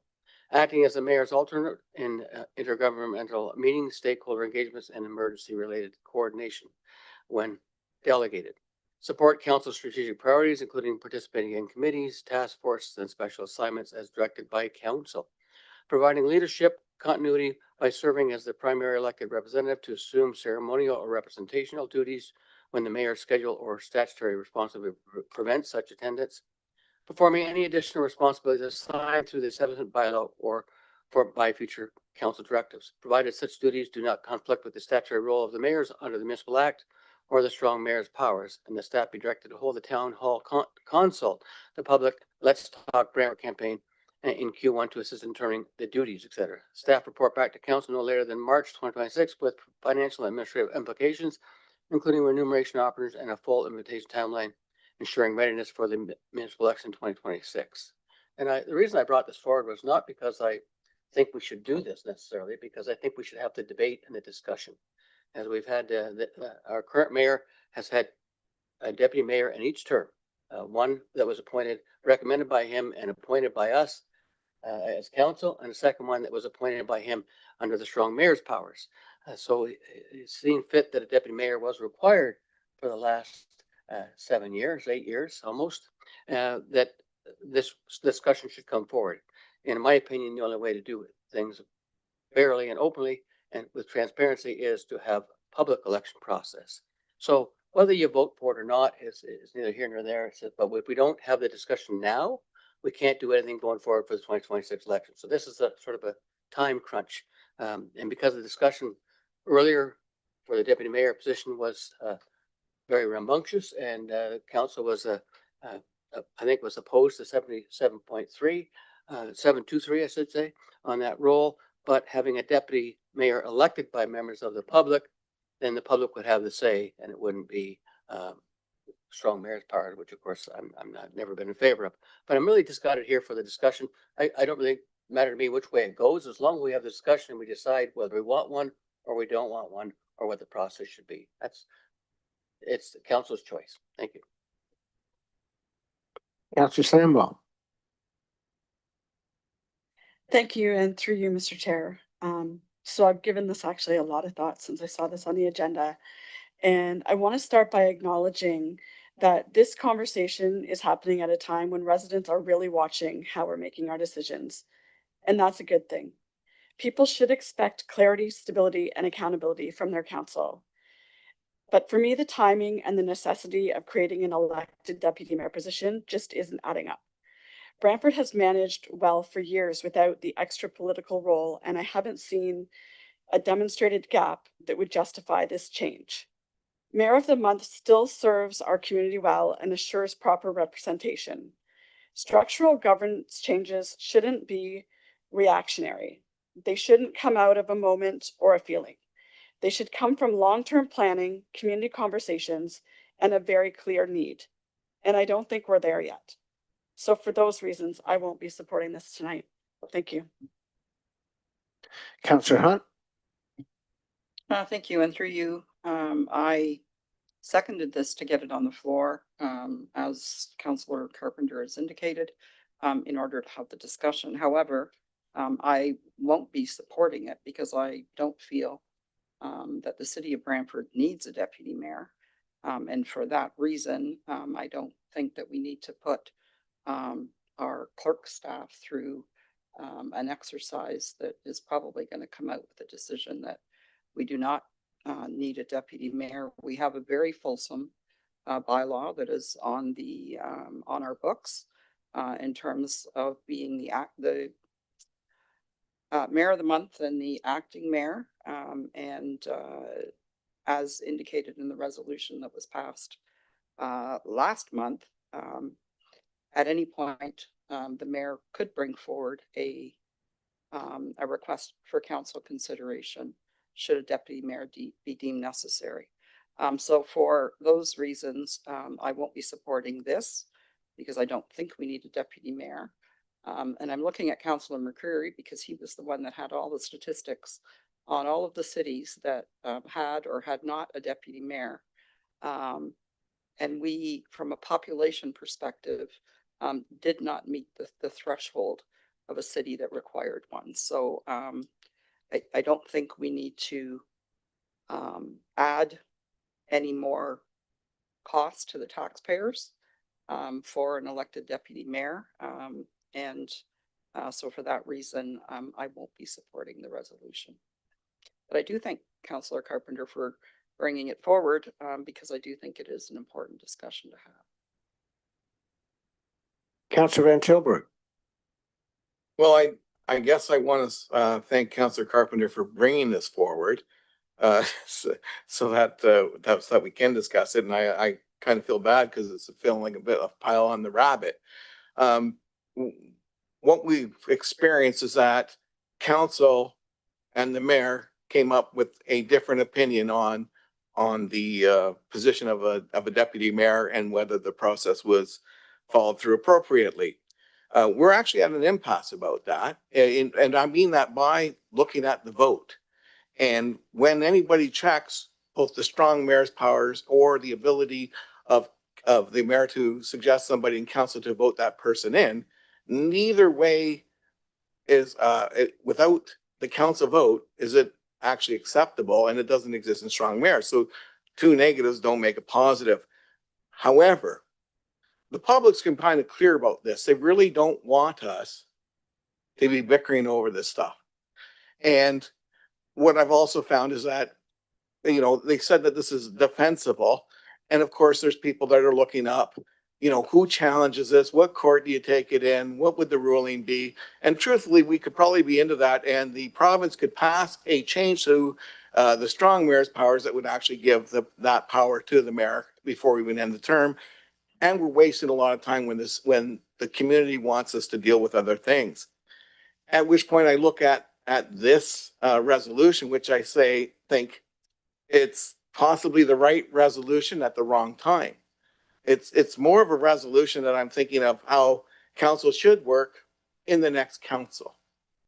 Right? I think that if they can campaign on, people can campaign on or what have you, or what people want to see, or whether they want to see a deputy mayor, or whether there's a need for one, or whether there's a need for some different change to it. Right? But I would like to say that we are where we are.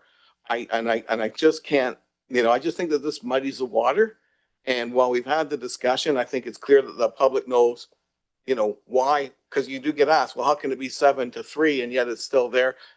Because it is, and quite frankly, no one really wants to challenge this. But what I have heard from other municipalities, councillors and things like that, they're very concerned by the outcome. In other words, they're saying, wait a minute, I don't want that happening in our community. But that, to me, that's their problem and how they deal with things, and they're not facing it yet. So this may be the role, but I just think the timing and everything is wrong for it.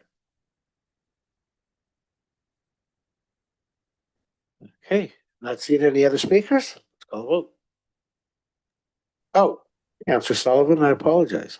Thank you. And through you, just a comment or two here. I'm on the fence with this, but the one thing I see as a problem with this is if you had a mayor elected and a deputy mayor that doesn't get along with the mayor, you could be in for one icy 4 years of office. So for that one particular reason, I think I just can't support it.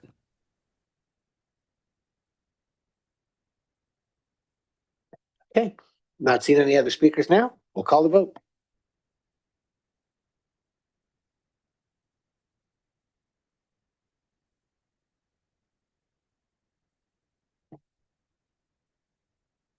Item 8.3 is lost on a recorded vote of 1 to 9. Members of council voting in favor, Councillor Sullivan.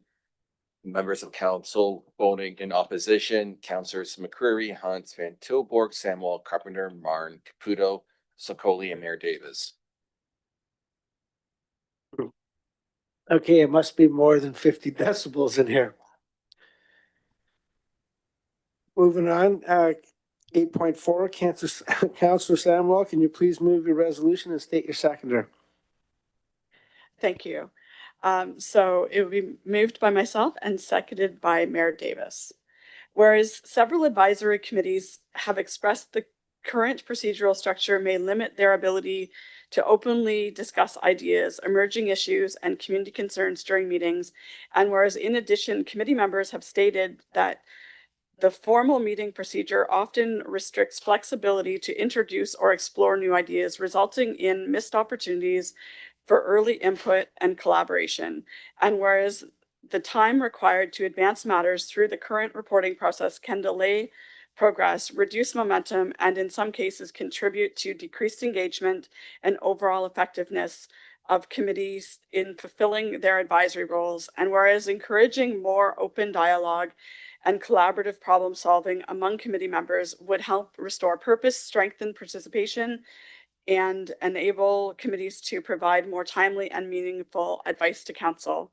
Now therefore it be resolved that staff be directed to report back to council Q1 2026 with possible amendments to the municipal code chapter 26 council procedures to allow committee members to engage more in a fulsome collaboration discussion. And just to speak to that, I brought this forward tonight because our advisory committees and staff deserve to have a process that truly supports meaningful dialogue. Committee members have told us that they want to feel in a way that their ideas and experiences are contributing in a real way. And the current structure doesn't always give space for that.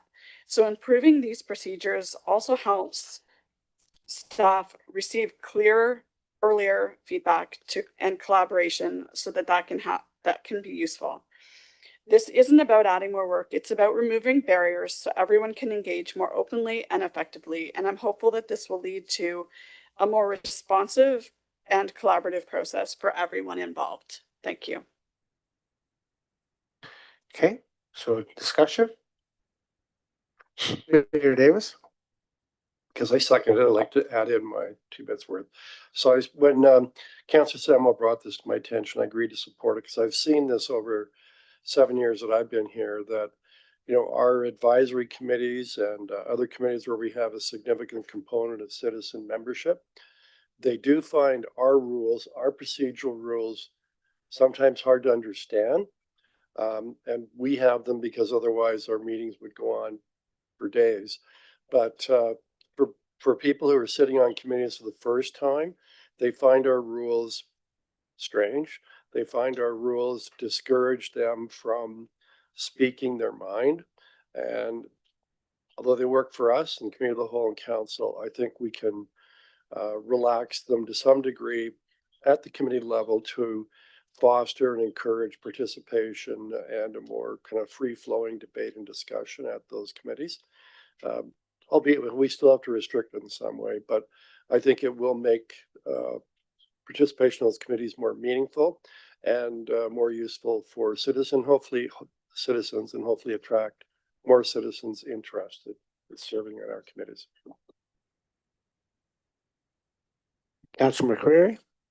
Chair, thank you. This is something we've heard from advisory committees for quite some time, is that our procedural rules designed for council aren't necessarily completely appropriate to the work of citizen committees. And I think this will give the clerk the background that's necessary to begin to do some simple amendments to the way committees proceed. They can still follow our rules and procedures, but we can probably add something like open discussion or question and answer period to the end of their agenda to allow them to, because people that volunteer for the Heritage Committee have an interest in heritage and they want to talk about heritage and they don't want to necessarily be limited to what's on the agenda package. So I think this is worthwhile, and I think our clerk will find a way to make this work for them. Councillor Martin? Thank you, Mr. Chairman. A question through the staff. Is this needed, or is training for committees a better way to approach this so that they understand the procedures and understand that, you know, they pass resolutions that come up to council? Can you comment on that, please? Yeah, through the chair, that's a great question. We've actually standardized our training program for members of committees. So starting last year, anytime where council appoints a new member to a committee, we do standardized training. We do procedural training for the chairs. I think a lot of times too is that committee members don't know all the tools that they have at their disposal. So we have the notice of motion process where they could bring something forward. In chapter 26, they're able, the chair is able to work with staff to develop the agenda. So it might just be informing the members, hey, if you talk to the chair, he or she can work with staff to get that item on the agenda. I understand that there are a lot of rules, but a lot of those rules aren't our rules. It's the municipal acts. We have to be transparent. We have to be accountable. We can't just add items to the agenda without notifying the public. The public might be interested. So I think it's an approach of finding new innovative ways of engaging committee members, and at the same time, maybe reminding them the tools that they have at their disposal. And I think we could do a better job of doing that for sure. Okay, and recently there was commented that committees can't make resolutions that come to council, but my understanding is that's exactly what advisory committees should do.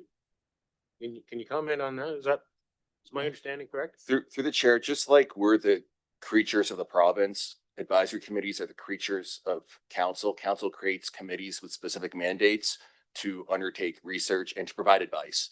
A lot of times when we appoint members to advisory committees, we pick candidates who have specific expertise in certain areas. So that's definitely within the role of committees, is to provide advice to council. And at that point in time, that advice be funneled up to council. Wonderful. Thank you very much. Councillor Secoli. Yes, thank you. I want to support this, but I want to make sure that we're supporting this in a very responsible way. And I want to make it very clear what chapter 26 actually does and what we actually have the authority to change, because I think the resolution as it's written somewhat implies that by making these changes, we're going to be able to expedite our decision making or grant authorities or override council in some way. And I just want to make it clear that that's part of the municipal act and it's not something that we're going to be able to change. But I do think that we have an opportunity to be a little bit less stringent. And, you know, it's a hurdle for new volunteers that they don't understand the way we do things, and we're so used to the way that we do it. So like a basic Roberts rules may apply here, and I think that's something that could just be at the discretion of the chair. And I've sat on plenty of committees that were a lot less or a little more open and flowy with discussion. So I just wanted to make it clear that this is not going to you know, bypass the municipal act and the processes that we have to follow through. But I do welcome looking at this and helping with our volunteerism in that way. Okay, not seeing any more speakers. We'll call the vote.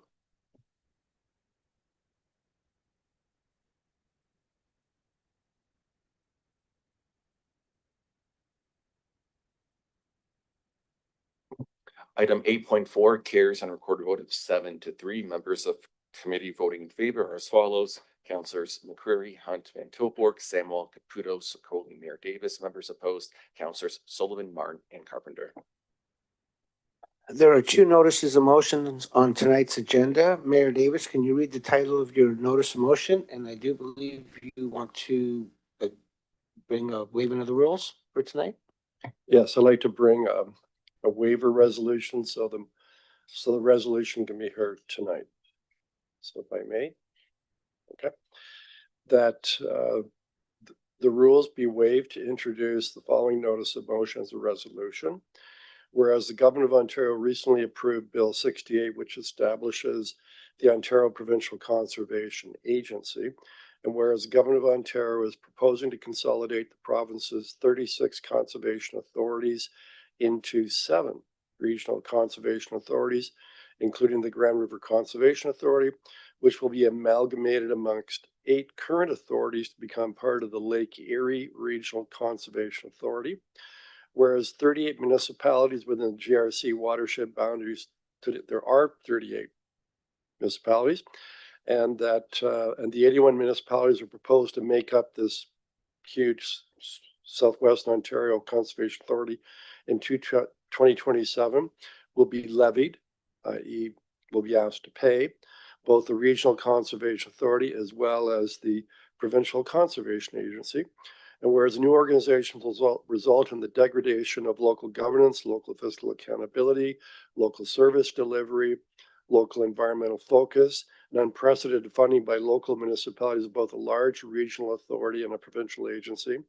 And whereas the GRC Board of Directors has responded to Bill 68 and the proposal for Conservation Authority's consolidation with a constructive and thoughtful alternative that retains local governance, local service delivery, local environmental focus, and a local fiscal accountability while responding constructively to the Government of Ontario's concerns about accountability, planning, and responsiveness. Now therefore be it resolved that the Corporation of the City of Brantford formally requests the Minister of Environment, Conservation, Parks, and the Chief Conservation Executive meet with GRCA representatives to review the GRCA alternative proposal to Conservation Authority's consolidation, and that the Corporation of the City of Brantford formally requests the Minister and the Chief Conservation Executive Governments seriously consider the GRCA proposal for conservation authorities as it enunciates a path forward that will address the government's concerns most dramatically and productively, and that the Corporation of the City of Brantford formally requests a motion be circulated to the Premier of Ontario, Minister of Environment, Conservation and Parks, and local members of provincial parliament for their information and action where appropriate. So the reason for this is the urgency is although the bill's been approved, the minister Mayor has Davis, do you invited have a comment. seconder to waive the rules? Sorry. Councillor Scully. Yeah. So the bill's been Can we approved. vote on the waiving of the rules before you carry on? Well, I'm entitled to explain the urgency of the waiver. Okay, I'm not debating the merits. Okay. So it's Bill 68, it's passed. The government has said the minister will receive proposals or representations regarding what's proposed in Bill 68 and has given a deadline of until December 22nd for whoever's interested to submit something. So this is, I'm bringing the waiver because of that limitation. Now we'll vote. So we'll vote on the waiving of the rules. Question, Councilor McCreary? Mr. Chair, thank you. Sorry, I didn't expect this to come to the floor tonight, so I'm not well versed in Bill 68, but I do see that it was introduced for first reading on November the 6th. Perhaps this arose from the GRCA. And I can appreciate why we're doing it tonight, I guess, but I'm just thinking we've had 30 days that we could have done this prior. I will support. Can we call the vote?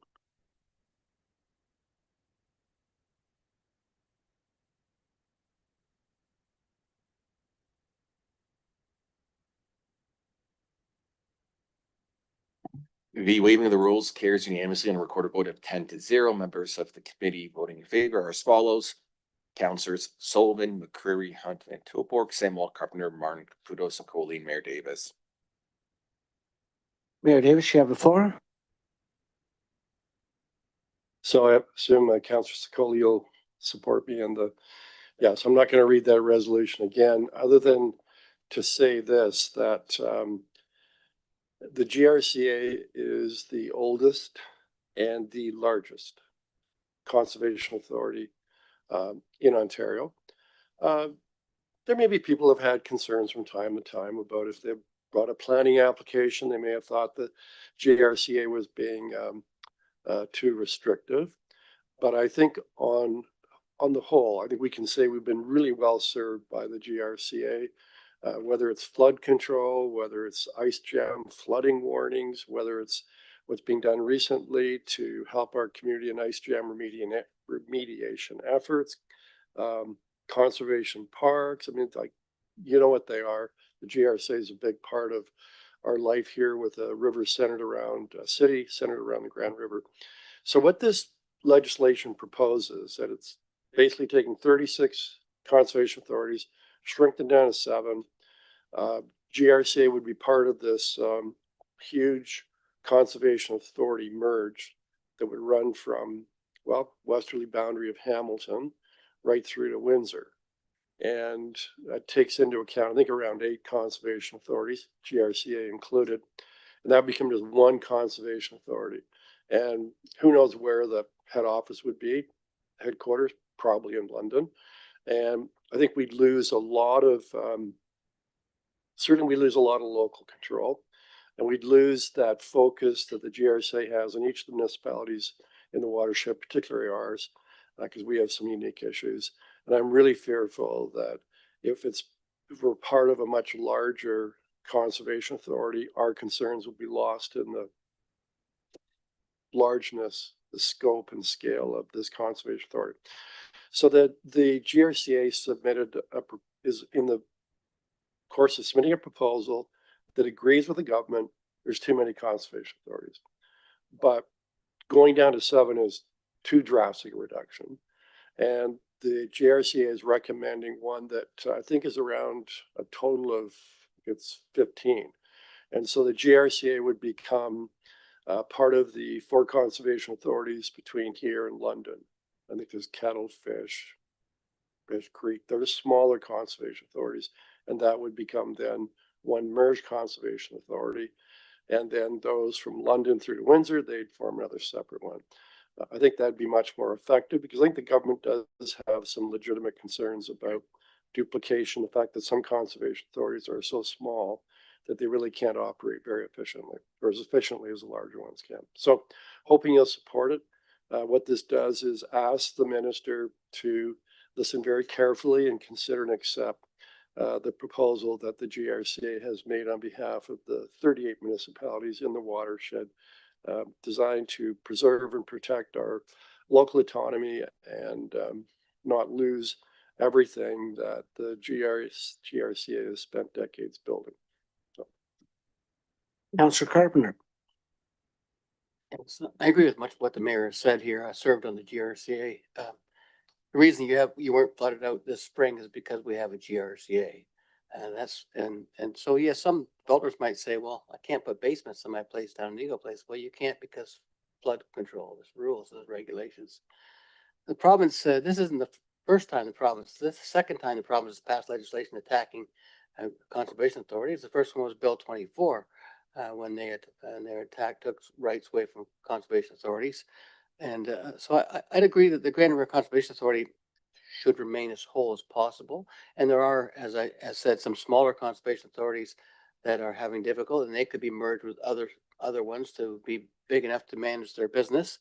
And I think keeping us in line with the Grand River floodplain, maybe even Long Point, might be part of that process. But going that direction, that concept works very well. But so the worry is the province seems to be bringing legislation that works towards the end of GRCAs and conservation authorities. Conservation authorities are not just for flood protection; they're for conservation of the environment as well. They protect the environment, a lot of the environment, the meadows and so forth, and the tributaries that go into the watershed. They protect a lot of those. So, yeah. So for some development industry, maybe some of his development buddies are a little concerned about not getting stuff done, or maybe they want to build on what was future floodplain lands. Maybe this is another green belt.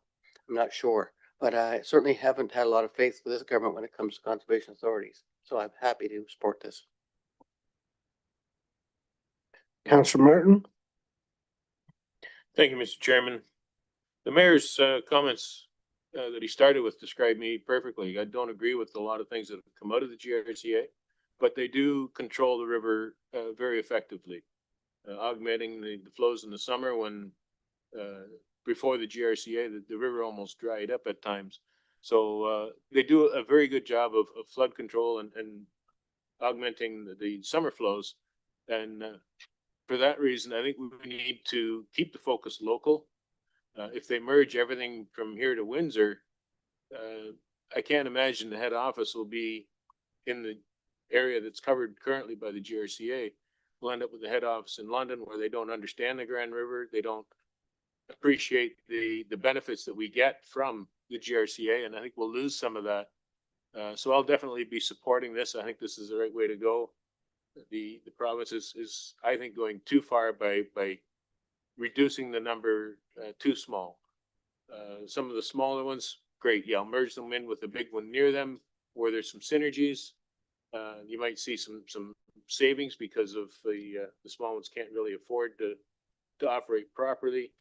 And I think we can see some benefits without going to the extreme of reducing the number the way the province wants to in their current plan. Thank you. Counselor Van Tilburg. Yes, I certainly didn't expect to be debating this tonight. I thought this would be coming next month. I'm very concerned by the changes that the provincial government's offering up. I don't think it's in the benefit of any of the 38 municipalities that are along the GCRA spectrum to be enveloped by a greater entity that may actually put all the communities at risk. The GRCA is vital to each and every community with all the things that they do. I don't know if other conservation areas are vital to communities. So to me, what I'm reading here, and again, this is on just basically the brief read of this notice of motion that's here before us tonight, is that the GCRA has essentially a plan or a proposal and that we're there to support it. I'm assuming that the creator of the resolution knows far more than me, and that I would like to know if the other municipalities are doing a similar resolution, and if they aren't, to add in that as a request, as an amendment to this resolution, that they're included to do so. And if they are, then I would expect the mover to, clarify the situation. But to me, I would think that this is as important to us as it is to every other municipality, as well as it is to Six Nations of the Grand. So I leave it at that, and hopefully the mover can address some of the issues I've brought forward. Councilor McCreary. Mr. Chair, thank you. I'll be supporting this today, although I wish we'd had more time to make a more fulsome understanding of what the bill contains and what the ramifications are. But I do trust the mover implicitly, and he is representing us at the GRCA, and I presume there's been some input there as well. I can appreciate why the province wants to do consolidations, and my own recent personal experience with amalgamations has certainly given me some insight into how things can go south on you pretty darn quickly. So I would hope that the Minister of the Environment perhaps has learned something from my experience with another agency with respect to how to enact this. God help us if they choose to engage consultants and focus groups and lay on additional costs and staff to make this work. But I do believe that the mover has hit the nail in this circumstance, and I do support it. Mayor Davis we're second speaking to address Councillor. Yeah, this is both Councillor Caputo and I serve on the GRCA board. And at the last meeting, we missed the meeting in November, both of us, because we had other civic events we had to attend to. So we were about 20 to 30 days behind on this. But at the last board meeting for last month, it came up again. There was a fulsome discussion. I asked the board chair what it is that we could do as each of the 38 member municipalities, and was indicated that we should pass a resolution as quickly as possible, our councils, supporting the position taken by the GRCA and going to be taken by the GRCA. In fact, the resolution was, we then asked if they would prepare, the executive of the GRCA would prepare a resolution for our benefit, and that of all 38 municipalities. So you'll see in the material, and I apologize, Councillor Van Tilburg, for not giving you heads up. I'd be doing a waiver on this. But there is attached in the materials a letter from the executive of the GRCA giving some background on the bill, the position of the GRCA. And so the wording of this resolution is what's been recommended by the executive and board chair, and has been sent to each of the 38 member municipalities. Not seeing any other speakers. I just want to take an opportunity here to speak to this. So as Mayor Davis said, I am on the GRCA, and one of the things that certainly in the last year and a half with the GRCA, we've seen a lot of benefits come to us here in Brantford. Our budget expectancies that have come through, the work that's being done to ensure that the ice jams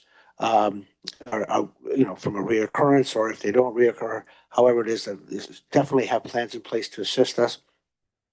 We have a great working relationship, and then the fact that it's because it is our source of drinking water, I want us to be able to have a control or a voice in the say as to how it is that we conduct ourselves with it.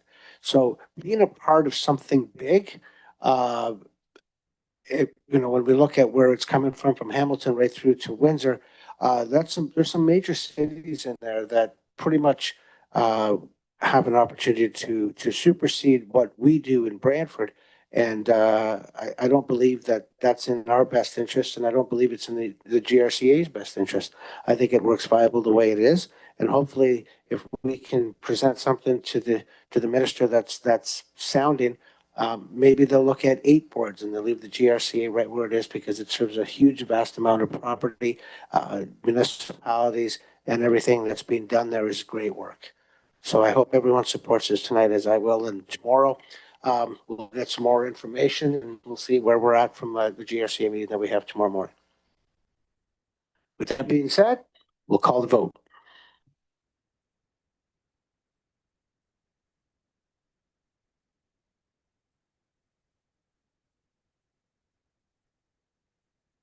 Item 9.1 carries unanimously and recorded votes. Members of committee voting in favor are as follows: Councillors Van Tilburg, Samuel Hunt, Carpenter, McCurry, Martin, Caputo, Sullivan, Sokoli, and Mayor Davis. Councillor Sokoli, can you please read the title of your notice of motion? Yeah, replacement and commemoration of willow trees at Lorne Park. Okay, please note that the notice of motion deadline for the council agenda is this December 11th at 9 a.m. And with that, we're adjourned.